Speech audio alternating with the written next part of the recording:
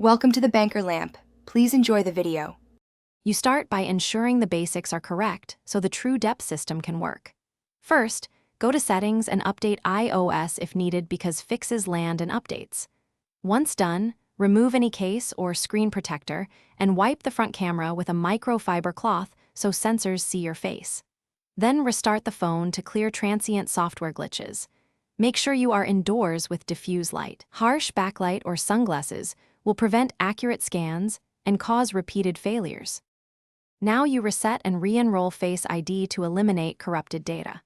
Go to Settings, Face ID and Passcode, and tap Reset Face ID to clear previous profiles. Next, choose Set up Face ID and follow the on-screen circle. Position your face, then slowly rotate your head so the true depth sensor captures the full geometry. You will complete 2 scans. During each, keep a neutral expression and remove sunglasses or heavy makeup if possible. This rebuilds an accurate depth map for reliable unlocking. Finish by addressing deeper software or hardware causes. If Face ID still fails, update iOS again, perform a force restart, and if needed, reset all settings, which preserves your data while clearing system preferences.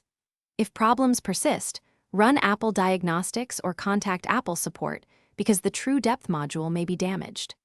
One quick troubleshooting trick is toggling attention-aware features in Face ID settings and then attempting a new enrollment. Sometimes changing attention checks lets the camera relearn facial parameters and restores normal operation. Thanks for watching. If this was helpful, leave a like and consider subscribing. See you next time.